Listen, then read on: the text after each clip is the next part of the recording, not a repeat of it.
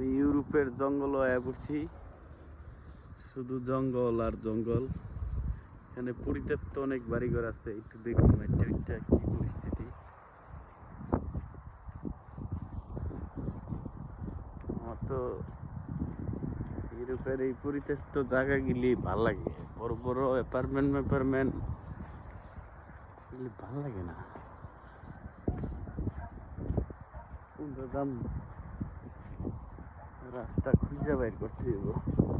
এর আগে কেউ দিকটা চলছে, পায়ের দাগ দেখে দেখে চলতে হইব।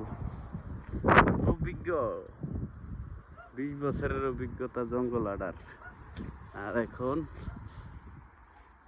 ইউরোপের বর্ডার ক্রস করছি বহুত রাষ্ট্রের, যার কারণে আর জঙ্গল মঙ্গল তেমন একটা ভয়ভীতি লাগে না।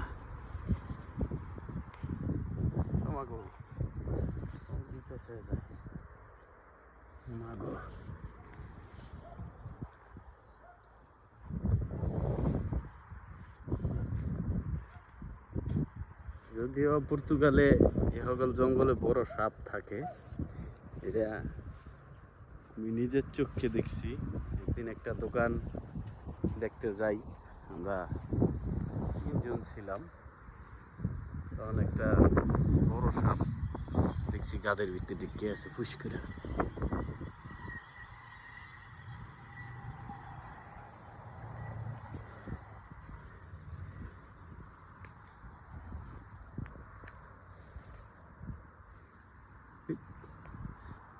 বাংলায় এটারে বেরুন গাছ বলা হয়।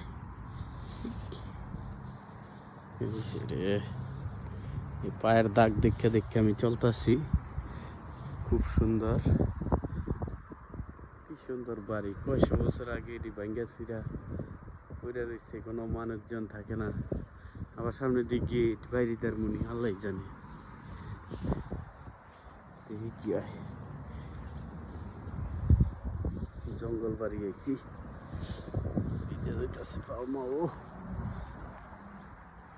অনেক সুন্দর সুন্দর ফুল। আমার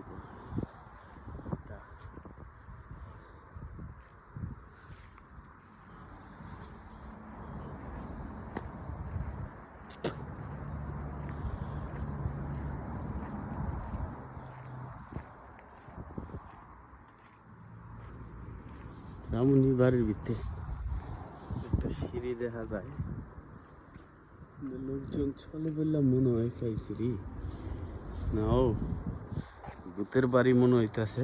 যাই, আরে আল্লাহ ভরসা, দেখে কি অবস্থা। এই লোকজন চলে বললাম মনে হয়। আর যাবো না, মূলত এখানে কেউ আছে কিনা এটাও বুঝতে পারি না, তবে এখানে মানুষ চলে এমনটা বোঝা যায়। সাপ টাপ থাকতার পুরন বাড়ি ঘর একটা একলা মানুষ, লগে নাই কেউই।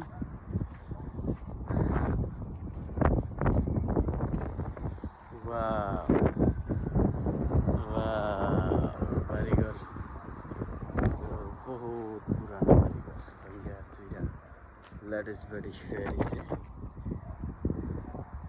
গ্রামাঞ্চলে এমন অনেক বাড়িঘর আছে।